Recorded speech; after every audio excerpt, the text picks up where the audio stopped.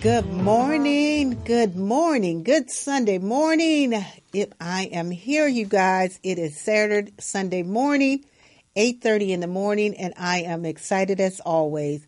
And you guys know why we're here this morning at 8:30, because we have our Jazz Vespers this afternoon from 5 to 8. So yes, I'm trying to calm down a little bit because I'm a little excited as my guests get in the studio and I get to talk to them one-on-one.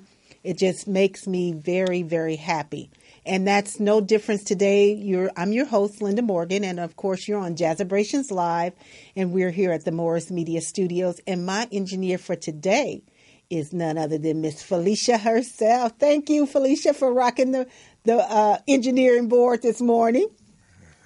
But we started off, if any of you jazz heads are up this early in the morning, I know this is an ungodly hour for you, but I just wanted to be able to say, hey, wake up, West Coast, East Coast, been up for 3 hours. I've walked here, a few friends chimed in on Facebook as I came walking here live, but I am over the moon excited for my guests, as you saw on the opening screen, none other than the jazz legend, Phil Ranelin.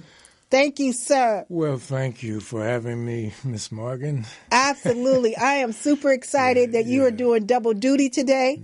Double duty. Yes, sir. That's what I do, Absolutely. Whatever it takes to promote this music, that's what I'm about. Absolutely. So, and that's why I am so excited about you being in the studio today, because not only are we going to listen to his wonderful music on some of his CDs, but we're going to get to know him a little bit. And if you are not coming today, you are going to miss a treat because he is on the Jazz Vespers this evening as well. That's right. So I am super excited. And so am I, about that he would wake up early this morning, come here, be interviewed with me on our radio station, and then come back this evening and jam away. You know what, Linda? That's part of my life. And, it's a big portion of my life. So, it's just like another day. Absolutely. Yeah. And I appreciate that so much. Now, we opened up on your first track, which is In Search of the One. That has double meaning. It does? Tell us a little bit about that. Well, In Search of the One, and musically is 1, 2, 3, 4. Or whatever. But in search of the one meaning, like the source of all being? Yeah. So, we're always in search, at least I have been always searching to stay in tune with the one. Right, and this is a spirit. That's a spiritual. It's a spiritual aspect of absolutely. It. And on this CD with you is none other than the Henry Skipper Franklin that's going to be playing with you today. He's playing with us today. Yeah. Yes, I'm playing with him today. I'm excited. You guys are playing with each other today. Right. And also Mr. Big Black, which I didn't have the opportunity to honor him, but I am excited that this is a CD that we're going to be talking about today. Yeah. And why not? We're going to get into the cut. Because something. Today marks the 12th anniversary of a very violent car accident that I have. So it's perseverance. Oh, I remember that. It means a lot to me, because I thought my life was over 12 years ago. Today. Wow. I remember you talking about that. Every anniversary when it comes up, you're grateful for the fact that God has still allowed you to be here. Exactly. So that's a good thing. Well, we're going to get into a few questions. Oops, that was my phone drop, y'all. Just keep on going. Where were you born? I was born in Indianapolis, Indiana. Indianapolis, Indiana. Right. Okay. Yeah. And home of a lot of great musicians, I know. Yeah. So I came up, I'm not ashamed to reveal my age. Absolutely not. Most of you know we're in the anyway. legacy. We are in the legacy building years. Yeah. So there should be no. I was born in 1939. Exactly. Right? Yeah. So I'm 78 years old. So anyway, but really, I kind of came up in the 50s. That's when I first started playing the trombone. And, and there was a very famous place there called the Indiana Avenue, where all the, great musicians, both local and traveling musicians played on, in a lot of those venues there, including the Sunset Terrace. Like Bird played there, Miles played there, like Max Roach, and then all the local great guys played there, Wow. Wes Montgomery, and JJ, And Well, I know we are all over this country as musicians. Sure. That, they may have started in their home, states, and then they migrated and moved west or moved east, but they're still here, doing what they love to do. And that's why this work is so important for me, is to just let my generation, I'm 56. Right. So my generation, we came up on everything other than jazz. Right. And so when I started thinking about the work of you guys, whose shoulders everybody is standing on, this is what makes me and motivates me to keep introducing you to my generation of folks, to say, you don't know about jazz unless you know about the roots, who produce the fruits. As that's a famous saying that I got from, why is his name escaping me? He's going to kill me. Jacques. He's still around. Yes. Jazz Caucus on the East Coast.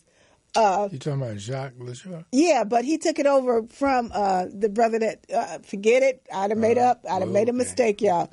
But anyway, he talks about the roots, who produce the fruits. Sure. And so you got to have the roots in order to come up with the fruit. Yeah. Exactly. And so my generation, didn't know about the jazz and blues legends that are here in California, let alone across the country. Well, something, when you hear people speak of New Orleans, which undoubtedly, like major contribution to the beginning of the music, but that wasn't the only place where this music rose up from. Kansas City, I hear. Any place where there were black folks.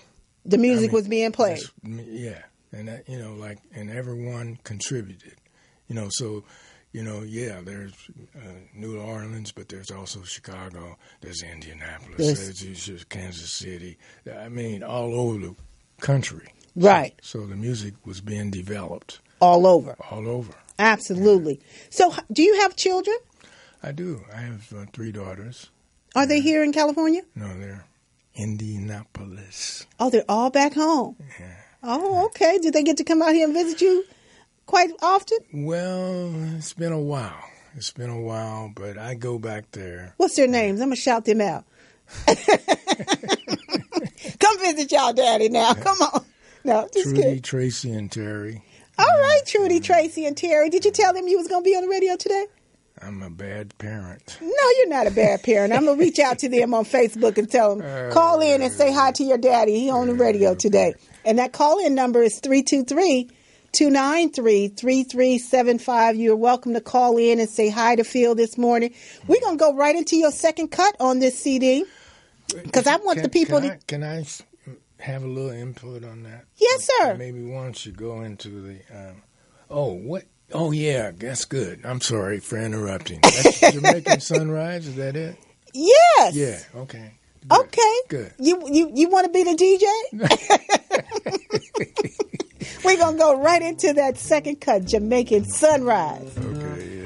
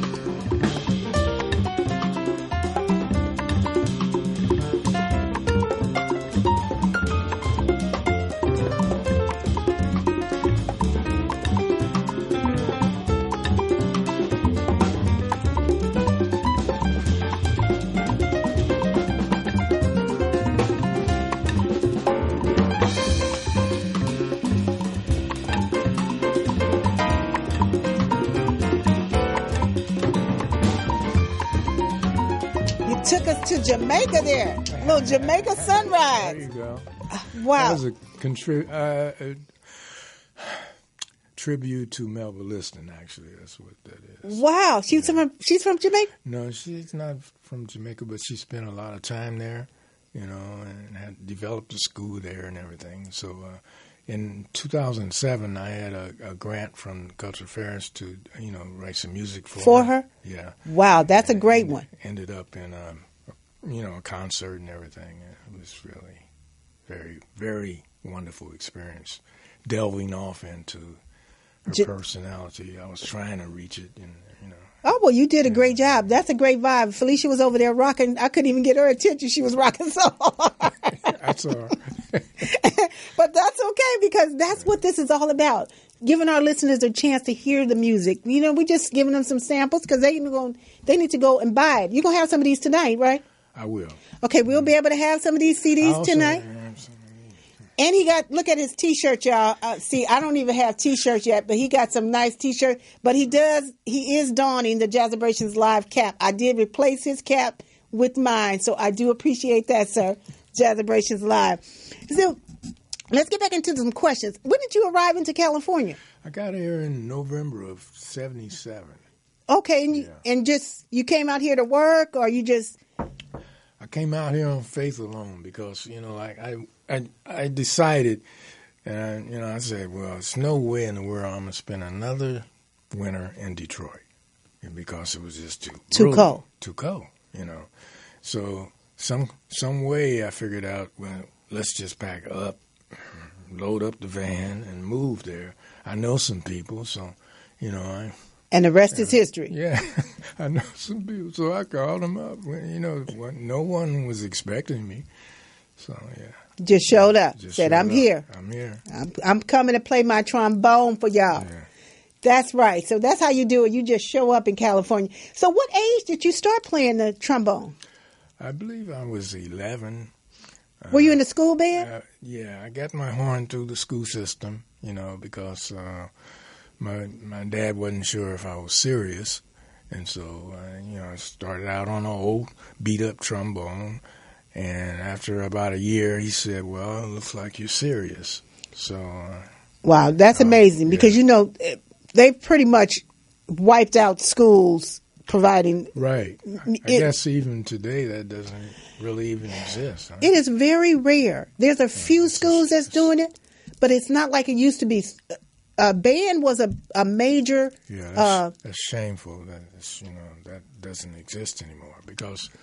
That, like when a child has something to do other than find out a lot of negative things to do, like through the music, it saved a lot of people. Correct. And I know the colleges have the big bands and stuff that they play in for the football games and all that, but it's not the same like being taught the fundamentals in elementary or in high school or middle school. Yeah. So we do definitely need to do something about, bringing music back into the schools. Absolutely. And I know there's lots of organizations out there working on it. So great job, y'all.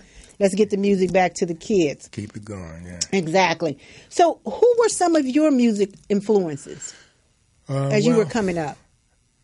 when I was coming up, I used to listen to the radio a lot, and I would hear not real hardcore jazz, but they were playing some things there, and I kind of, it caught my ear. And so my grandmother, who was a big-time jazz buff, really turned me on to the music.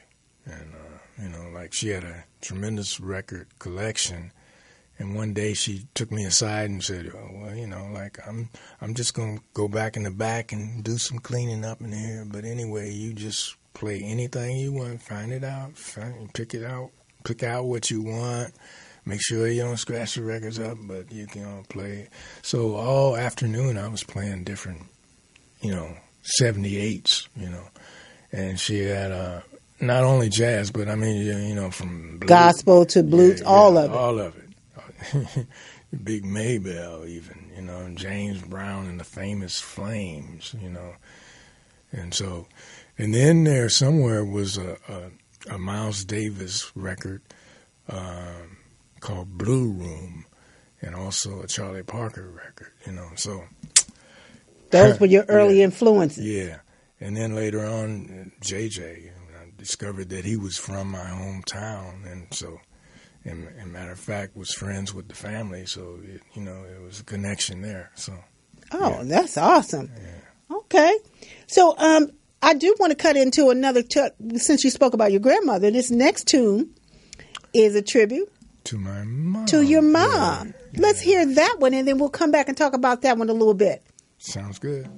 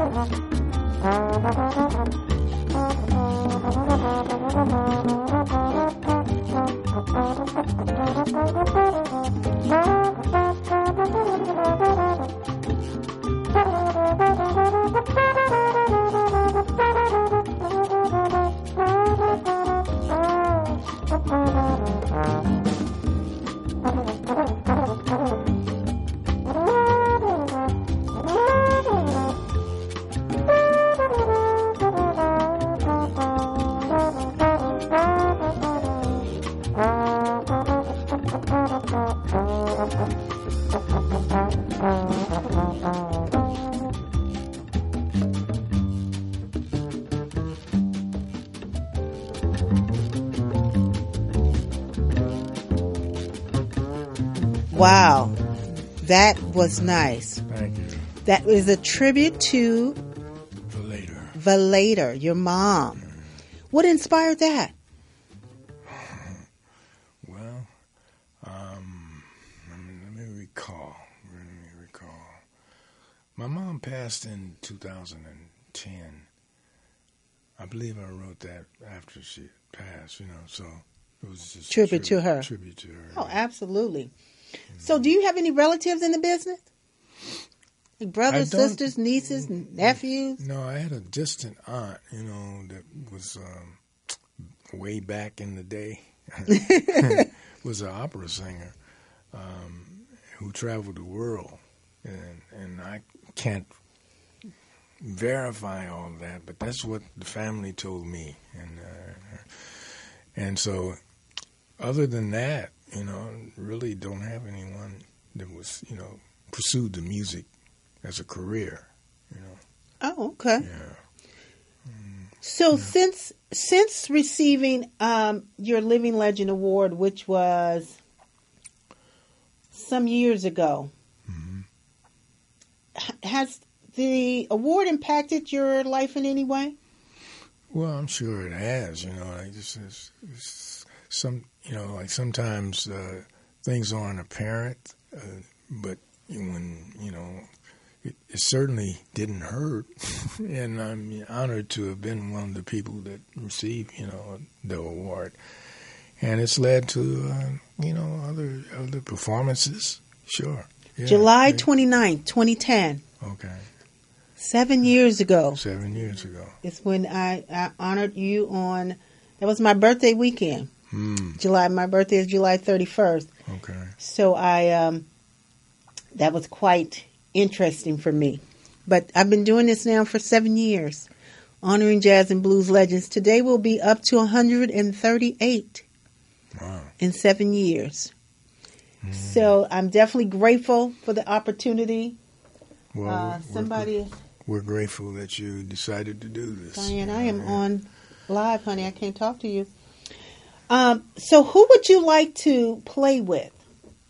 Both, who would you have liked to play with, someone in the past, as well as is there anybody here currently in the future that you would love to play with? Wow. There's so many, if you could go back in the past, who would it have been that you didn't get a chance to play with? I know you play with everybody, but who? Well, Charlie Parker, yeah. You would have wanted to play with Charlie? Absolutely, sure, yeah. And then who currently have you, you've not played with him, but you would want to play with him here now? Wow. That would mean someone coming up or someone that's been around for a while. You ask hard questions. But, some of my favorite piano players would be McCoy Tyner, who I have not played with, and even Herbie, so... okay, Herbie, you out there. You hear him. He wants to play with you. I got a little connect. Put it out there in the universe, and that's how it happens. Yeah. But, Other than, but there's just one of them questions you want to throw out there. Like, if you could, you put it out there in the universe. Me and Durf Reckloff, we on this thing about the universe. Whatever we put out in the universe, and we do a 33-second scientific prayer, we get it. I believe that. Okay. Yeah. So we're going to put it out there just like that. Okay. What's your favorite performance venue? I would say that Central Avenue it has a special vibe. And a meaning. And a meaning behind it. That's hard to top. That one's hard to top. I went to Panama and played the Panama Jazz Festival down there a couple of years ago. Very impressed with that festival, too. It feels real, they treat you like a king. I've never been treated so well. Wow. So, yeah. Okay. Cool. Yeah. So, yeah. Those, when is your next performance locally? Are you performing anywhere locally coming up? Besides today at the Jazzabrations Jazz Vespers, as y'all can see on the screen. Well, on the 19th of, I don't know, that's a long time away. December? January? January. But I'm doing the world stage. That's not far away. The time goes so quickly. Yep. If you think about when I called you in December last year to book this show right now where we're getting ready to do today, and 11 months have flown by. I would not have even thought that we'd be in November already. I totally agree with that. This year is just, And it takes a couple of months of promotion of anything in order for it to be successful. Sure. So we talking about it now here in November. No, that's January the 19th. Is that a Thursday? That's a Friday. It's a Friday night at the World Stage right here in my community. Right. You're going to what be. What I'll be doing is, like since January is the birth month of two pretty famous trombone players who I've paid tribute to. I had a series called Who Is? I don't know if you remember that. No. Yeah. I wasn't in this game by then, probably, but yeah, it's probably been 10 years ago, doing a series of Who Is. And so people that kind of got their start here in California, in Los Angeles, or either were born and raised here. So Melba Liston, of course, was born in January, and so was J.J. Johnson. So I'm doing a combined tribute to them too in January. Yeah. Melba's birthday, I believe, was the 13th of January. Okay. And JJ was 22nd. So anyway, yeah. Are they both going on to the Heavenly Choir? Yeah. Okay. Yeah. So great. So January the 19th, definitely will be promoting that for you leading up to it, letting everybody know about it, coming out to the world stage on January 19th to hear you definitely live and up and close and personal. Sounds good. So that's what we're going to do with that one. So let me ask you this.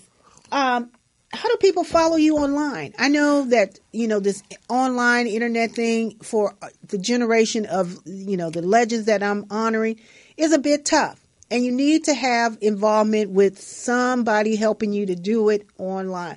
Grandkids, nieces, nephews, somebody. You're on Facebook. I see you because I see you posting every now and then. So people can find you on Facebook if they just look up Phil Ranelin, and that's spelled Ranelin. That's right. And you will find him there and connect with him there. He may or may not, accept your friendship. If he don't know you, he may not, because some people do that. Yeah, and then sometimes I see, like friend requests with people that I'm already friends with on Facebook even. Right. Those are hacks. Those are dangerous, yeah. They're considered hacks. So at least you are aware. Lots of people are not even aware who their friends are. So when they get a second request, they don't even know that it is a scammer or a hacker. So my hat's off to you for even being aware that you knew you was friends with them. The only thing is, it's happened to me before I got hacked, so then I did become aware. Right. After experience going through that, so, oh boy. And that's one thing that people don't realize.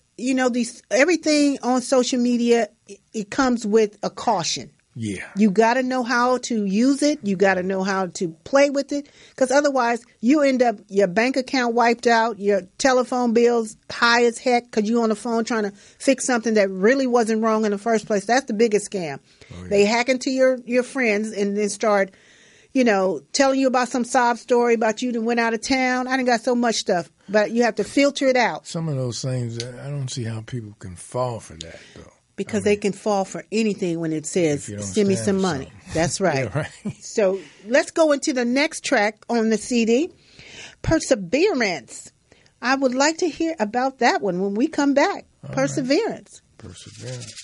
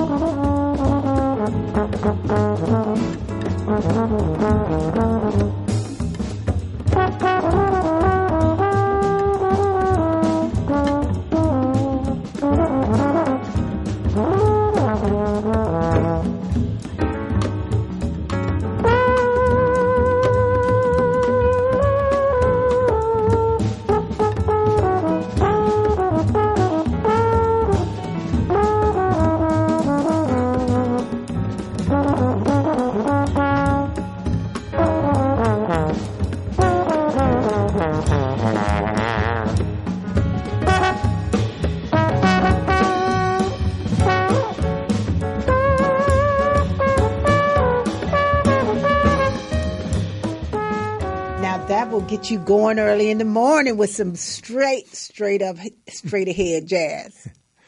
Yeah. Perseverance. It's something that is so relevant to all of us, But in speaking of myself, like I've had to really persevere to continue in the music, to continue in life.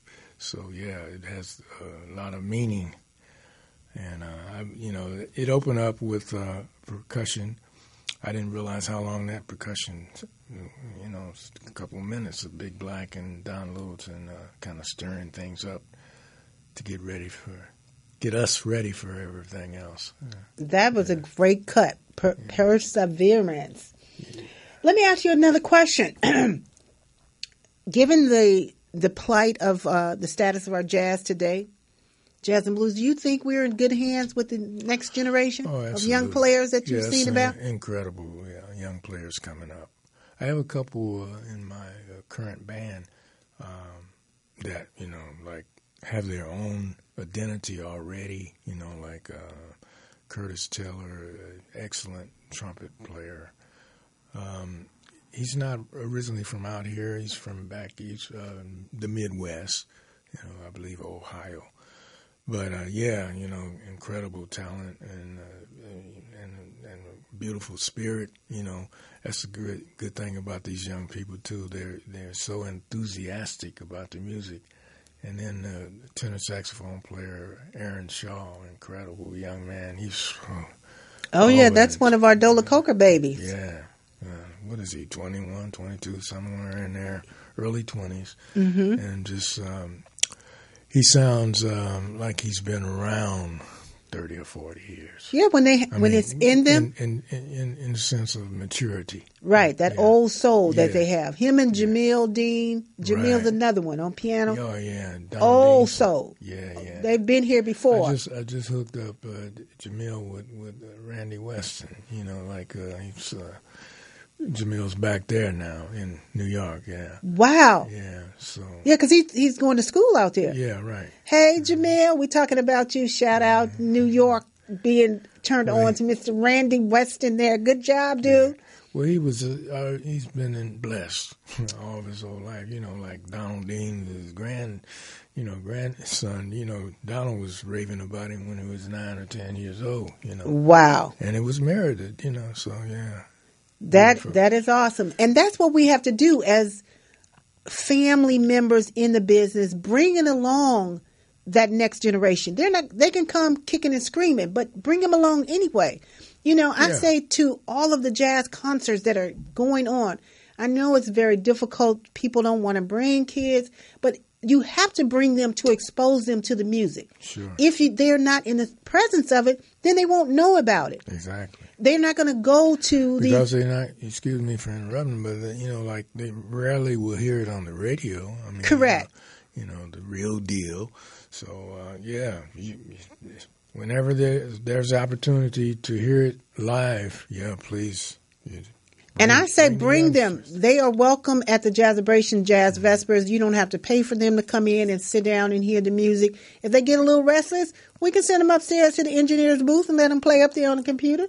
But at least they will still be in the room with the music so that they can hear it. Sure. And that's what's important. Absolutely. I hope that, I have a 16-year-old who, at one point, before we got to 100 legends, he could name. I could give him the first name, and he would be able to tell me you guys' last name. Wow. He's done that over at the Regency West. I had him come up, and I say Phil, and he'd say Ranelin. Or then he'd say, right, up church, because there was 3 of you guys at that time. I said, yes. Yeah. But that's only from me introducing him to the work that I'm doing, that he even knows about, the names. Well, it has to start somewhere, sure, yeah. Yeah, we have to introduce the music to them in order for them to know about it. I wasn't always into straight ahead jazz. My brother, on the other hand, was a huge Hugh Masekela fan because he was a Congo player. Okay. And so I hear Ale Se, Ale Kondo every day I came home from school. That was on, my brother was playing it. Yeah. So I did have some introduction to straight ahead, but not like I have now, and the love and appreciation for it. So important, because back in 1976 I did a tribute to it was hooked in with the bicentennial, and I was honoring all the past great jazz musicians, like Charlie Parker and Miles Davis and John Coltrane and Duke Ellington, and so I went out to the schools to solicit funding to be able to put the concert on. So I went to this one college that had dropouts. They weren't normal age for college students. They were like in their late 20s and early 30s, around my age at the time, right? So I asked them about, Charlie Parker and John Coltrane. Unbelievable that none of them knew any of those names, but they knew Chuck Mangione. And, I was talking about... Right, because their parents introduced them to those artists. Yeah. Dave Sanborn and John Clemmer. They know all those names because they were being played on the radio at the time. Mm-hmm. So that's what they connected with jazz. What was being played. Right. Yeah. So that's why, yes, it's definitely so important for us to introduce this music and to keep it alive for the next generation. Sure. Because if we're not preserving the legacies and keeping it alive for the next generation to hear it and be a part of it, then eventually it won't be around, like everything else that trades in and dies out and goes to something else. Exactly. So as long as I'm here, I want to be able to continue help promoting the legacies of you jazz musicians, jazz and blues musicians who have contributed over 25 years of your life to this music. Well, it's so important for, like a continuum of our culture, someone has to do it, Absolutely. Yeah. And it has to be grassroots. I mean, the major corporations aren't going to do it. So, yeah. Each of us has to, each one teach one. It's a good friend of mine always says. There you go. So we're going to go into track number 9. We're going to jump around on the CD right now and get into that one. And we'll come back and you'll tell me a little bit about Come On.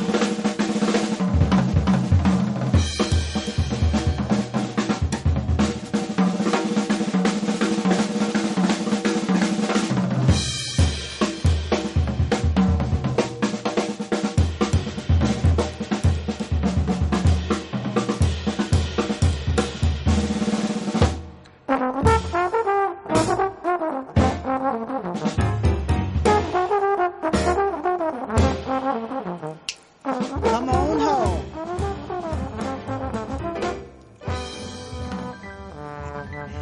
Yeah. Come on home. Come on home. That's a little misleading title. I mean, from coming from the person that wrote it, like I had a different meaning of that "come on home." Like when I wrote it, it was like, okay, I had this experience with a dear friend of mine, the trumpet player by the name of Freddie Hubbard. So and we were, having a little debate about something, and he was just totally going off. And so you said, "Come on home." Come on home. Come on home. And it settled him down. So anyway, it became a song, a famous song. Come on home, get on back over here. Yeah. But that is awesome. That songs that have meaning anyway, that's relevant, that you could talk about how it was originated. Yeah. When you mentioned Freddie Hubbard, I remember hearing of his story of his masters being found in a trash can. Somebody told me that story when I first started around, Well, who found them? They said some cat just found them in a trash can and didn't really know what they were and gave them to somebody. I can't even remember who they gave them to. But this is during the time that he passed. That's a shame, yeah. Yeah.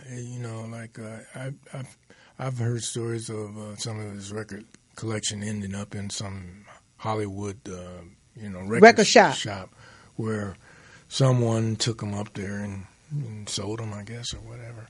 Right. And, that's really pitiful that it would come down to that. Right. And, that's one of the things we talk about in terms of legacy protection, legacy preservation. Yeah. Is that getting your family involved so that they know who you are. Knowing the value. Exactly. And so I don't think, I don't think they knew the value. They probably didn't. And Freddie played something for me. It wasn't ever released, like that could have been later on released. And, it was just totally awesome, and that probably ended up in the trash can, Right. Who knows, So much history goes, and that's why it's so important that your families get involved in knowing who you are while you are alive. Exactly. And that's why it was so important for me to only talk about and give honor to the living. Because, like I tell my friends all the time, I could have been a millionaire on the dead jazz musicians. But I chose to deal strictly with living jazz and blues legends so that you can tell your story now while you're here. You can be giving your flowers now while you're here. Yeah. And you can tell your family and your generations behind you your history while you're here. So that they don't. While you're able to, exactly. Because even this goes. Like you want to be able to really be able to tell your story. So like you have to stay on top of your health in order to be able to tell your story. Correct. Because some of the memories, they fade away. That is so true. Yeah.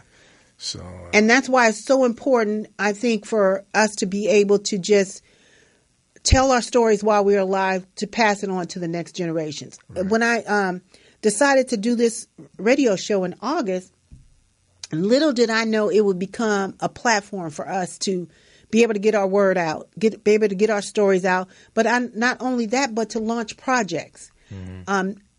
I had Pat Sly on the show earlier in the year. Right. And Pat has never recorded her own CD. Mm-hmm. So I thought about, let me come up with this idea to be able to help some kind of way of getting her first CD. And so I talked to a couple of people, and Mary Bogue is another one of the jazz legends, who said, maybe you want to do a compilation CD for them. Do her and two other jazz legends that don't have CDs, and do a compilation. You guys can sell that CD to be able to help them to raise money to do their own CD. Right. So, of course, I reached out to Nolan Shahid, who has a studio, and said, hey, Nolan, I got this idea. Can you help out? Can you tell me what I need to do? How do I make it happen? I got Sylvia Boyd. I have Phyllis Kazi and Pat Sly. They're going to go into the studio next month and each record 3 standards. Okay. And then we're going to sell those CDs, make proceeds from that in order so that we can produce their own individual CDs. That's a project that will last them for a lifetime. I remember a legend telling me, one thing that don't spoil, these don't spoil. Right. So are you aware of the process of when you record a standard that you have to get permission? I mean, if it's going to be so many copies made, so you don't want to have a problem. I don't want to have any problems. I'm leaving that legal beagle stuff to the people who know about that. Okay. I'm doing my work is assembling the legends, and hopefully. I just wanted you to be aware. Thank you for that tidbit. You know, as the Nolan being the executive producer of the CD and having a studio all these years, you know, hopefully all that kind of stuff will hash out. Right. But I'm looking forward to it anyway. But we're gonna go into number. Can I just say a little bit about, you know, the rhythm section and who's on here? Yeah, so he got Tony Austin on drums, and of course Henry is playing bass, and Mahesh Balasoria on the piano. Yeah, that's what's his name again? Mahesh Balasoria. I've seen him before. Tall guy, little young, like young Asian descent or something. Indian. Yeah. Yes, I've seen him play before. From Sri Lanka. Yes. Okay, this is a great assembly of musicians on here. And we're grooving with the cuts.